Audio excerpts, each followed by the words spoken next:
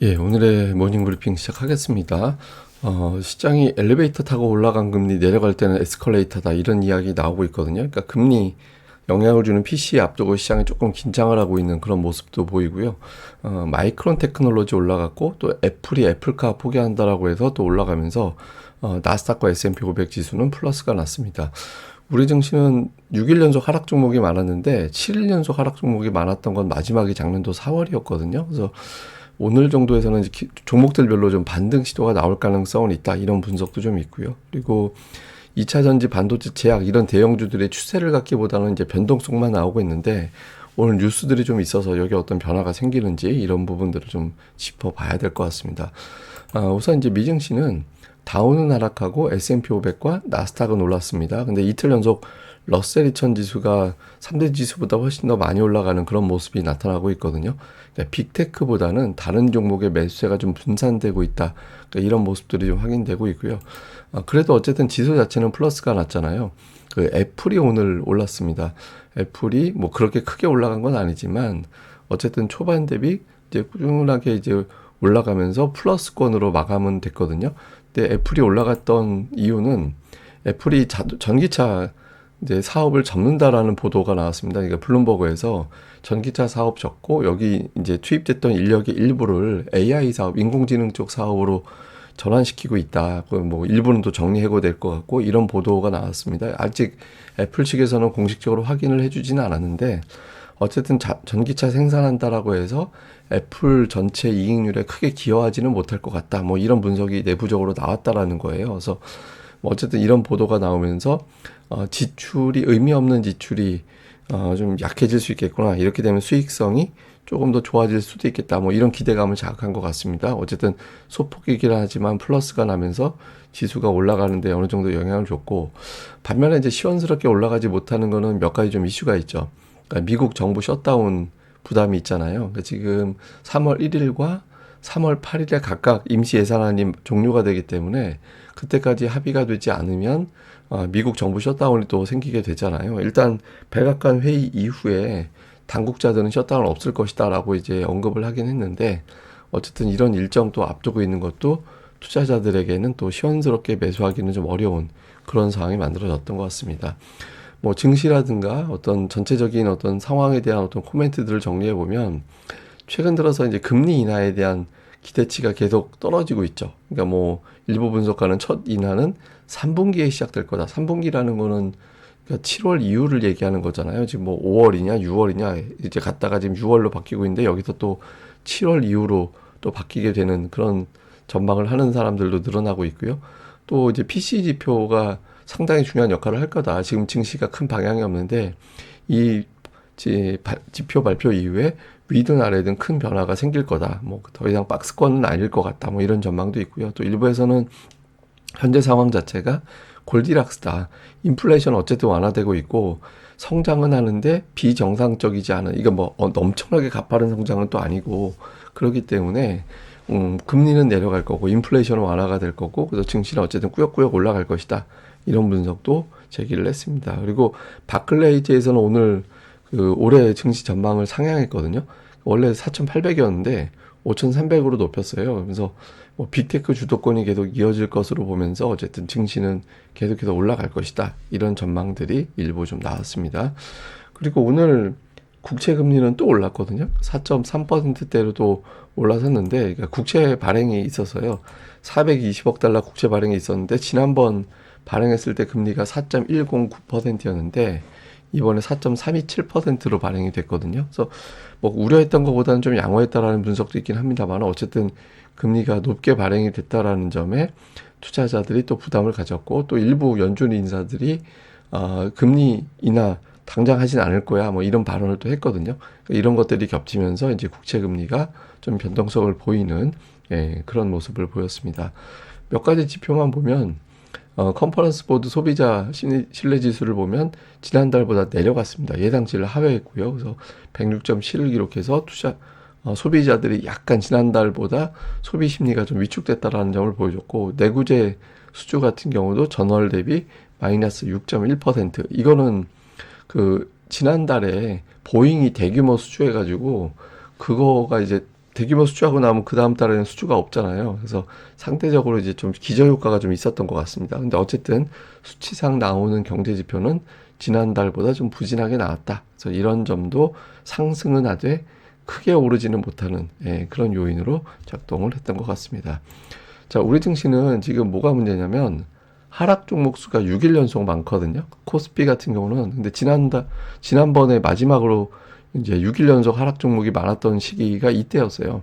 작년도 9월, 그러니까 8말 9초 이때였는데 그때 이제 7월 이제 기술적인 반등 주고 또 밀렸다가 또 반등 나오고 뭐 이런 형태를 보였었거든요. 그리고 이제 7일 연속 하락 종목이 많았던 거는 마지막이 작년도 4월. 작년도 4월에 이제 증시가 한참 좋았다가 어떤 조정, 그러니까 뭐 매물 소화하고 반등 주고 또 매물 소화하고 그 다음에 또 쭉 올라가고 그러니까 이런 모습을 보이긴 했었거든요. 그러니까 지금은 딱 2단계입니다. 그러니까 올라갔다가 이제 하락 종목 수, 이건 지수를 얘기하는 게 아니라 제가 하락 종목 수를 얘기하는 겁니다. 근데 어쨌든 제 지수는 이렇게 굴러갔는데 연속해서 음봉이 나왔잖아요. 이때가 작년도 4월의 케이스로 갈 거냐, 아니면 이제 작년도 9월의 케이스로 갈 거냐, 이걸 좀 봐야 되는데, 일단 어쨌든 7일 연속 하락 종목 수가 많은 날은 쉽게 나오진 않기 때문에, 오늘 또는 내일 정도에서는 지수와는 별개로 상승 종목 수가 좀 늘어날 확률이 통계적으로는 조금 높아 보이긴 합니다. 근데 이거 자체가 뭐 추세가 바뀐다라기보다는 단기적인 어떤 기술적 반등 정도 나오고 매물 소화는 조금 더 이어지고 뭐 이렇게 되지 않을까 싶습니다. 그래서 어쨌든 이제 좀 상승 종목 수가 늘어나는 날이 나올지 이걸 좀 봐야 될 것 같고요. 또 하나는 이런 가운데 이제 SK하이닉스가 이제 좀 꺾이면서 어제 이제 최근 들어서 좀 변동성이 나왔잖아요. 그래서 걱정하는 시각이 좀 있죠. 뭐 이유로는 마이크론 테크놀로지가 5세대 HBM 양산에 돌입했다라는 게 나오면서 하이닉스보다 좀 빨라진 거 아니냐. 그다음에 이제 삼성전자도 뭐 관련된 기술력 확보 그렇게 나오고 있어서 참고로 5세대는 이제 하이닉스도 올해 상반기 중에 양산하는 걸로 알려져 있긴 하거든요. 근데 이거 플러스 PBR 밴드상 좀 지금 주가가 좀 비싼 것 같다.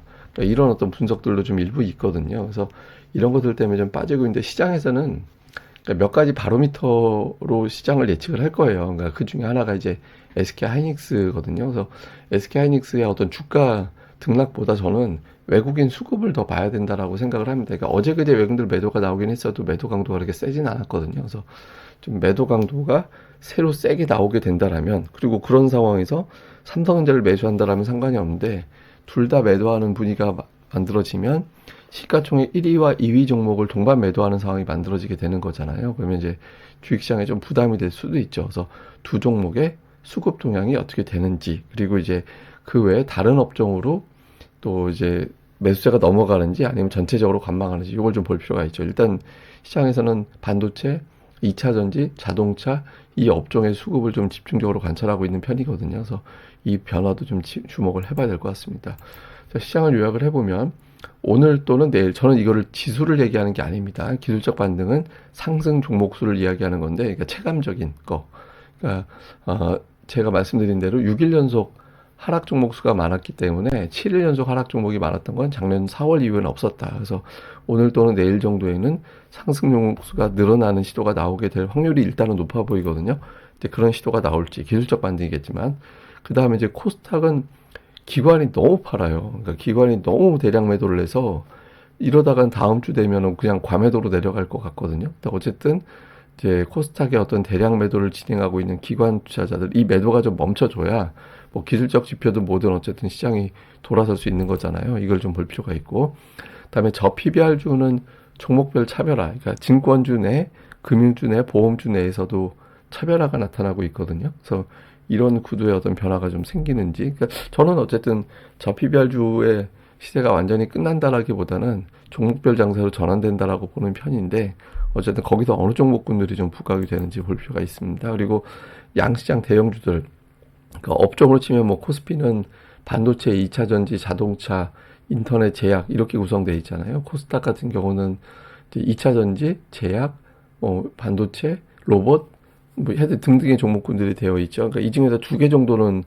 이제 중심을 잡아줘야 이제 시장이 버틸 수 있기 때문에 그런 중심을 잡아주는 역할들을 대형주들이 해주는지 이것도 주목을 해봐야 될 것 같습니다. 자, 이거는 이제 어떤 데이터냐면, 그러니까 미증시가 11월부터 2월까지 4개월 동안 연속적으로 올라간 경우 그해 연말까지 어떻게 바뀌는지, 이걸 갖다 데이터로 본 거거든요. 그러니까 3월은 뭐 확률적으로 한 80% 정도 올라가고 이제 그다음 이제 뭐 그런 편이기 때문에 3월도 추가적으로 올라갈 확률이 높아 보이긴 하지만 관심 있는 건 올해잖아요. 근데 올해 상승 확률이 100%라는 거예요. 그러니까 4개월 동안 연말과 연초에 연속적으로 4달 연속 올라간 경우에는 그의 미증시는 100% 올라갔다. 그럼 이제 우리 증시도 좀 호기심이 생겨서 제가 찾아봤더니 저해 저렇게 미국이 움직였다니. 그러니까 93년도 사실 IMF 이전 데이터는 그렇게 의미가 없어 보이긴 하는데 근데 어쨌든 90년도 이후 93년도부터 제가 좀 살펴봤거든요. 그랬더니 96년을 제외하고는 나머지는 다 우리 증시도 소폭이든 많이든 동반해서 올라가는 그런 경향이 좀 있었습니다. 그래서 확률적으로 보면 뭐 올해 증시는 괜찮을 수도 있겠구나 이렇게 보여지긴 하는데 그러니까 미국 대비 우리 시장이 상당히 부진하죠.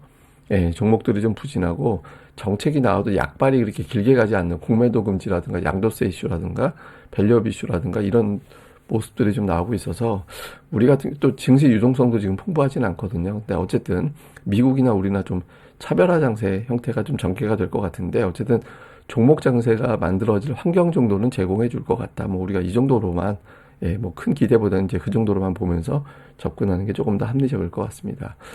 그럼 또 오늘 하루 또 잘 보내시고요. 저는 또 다음 방송에서 뵙겠습니다. 이 방송 좋아요, 구독하기, 알림 설정까지 꼭 부탁드립니다. 감사합니다.